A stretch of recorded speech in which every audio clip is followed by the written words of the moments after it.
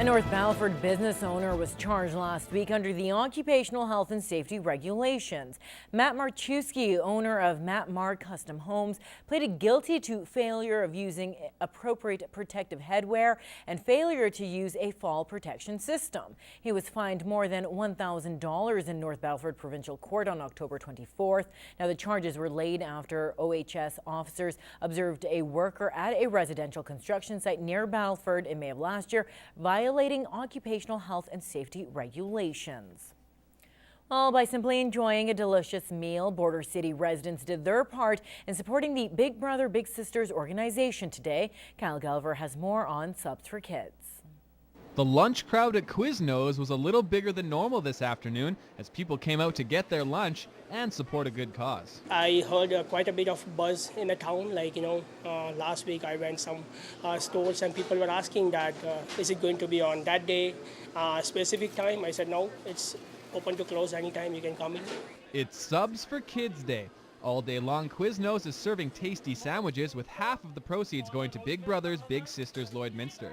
Quiznos approached us about the possibility of working together to do a fundraiser. Personally, I love kids, so I thought that's the best platform to support our community.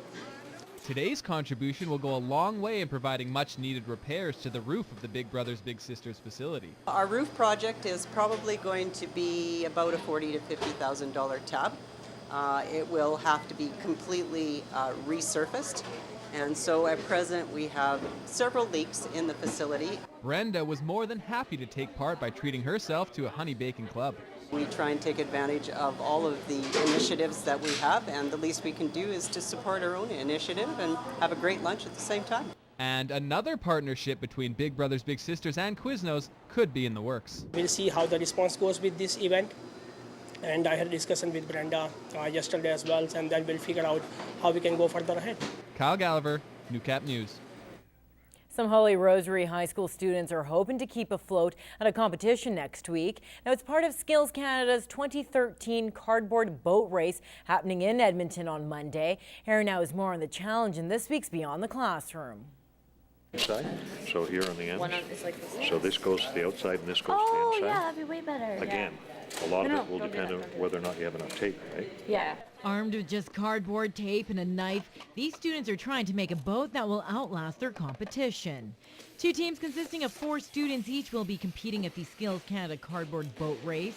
Of course, with any project, there will be plenty of trial and error. We've made 6 models of our boat so far, 6 prototypes, and we started out with a half size and tested it in the pool, and that didn't hold weight at all. So we ended up getting it dumped a couple times, and so that just kind of really gave us an eye-opener as to what would work with our designs and what we needed to change. What are some of the challenges your team is facing right now? Mainly just making the plot of it. It's been easy to cut and tape, but just planning it out on the paper and figuring out exactly the measurements and all we wanted to do. The competition has 3 different judging criteria. First is design and construction. Second is a speed race. 1 student from each team will have to race to the other side of the pool. And lastly, the weight test.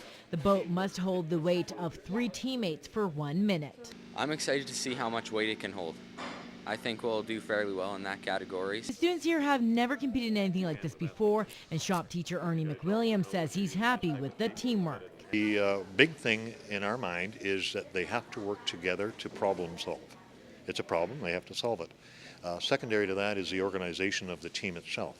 So after all the brainstorming and trials and errors, the students will show off their stuff this Monday at the Nate Pool. They'll also be building their boats right there as part of the competition. We've been working on this for about 3 weeks, I think, and it's been a long and frustrating but really cool process.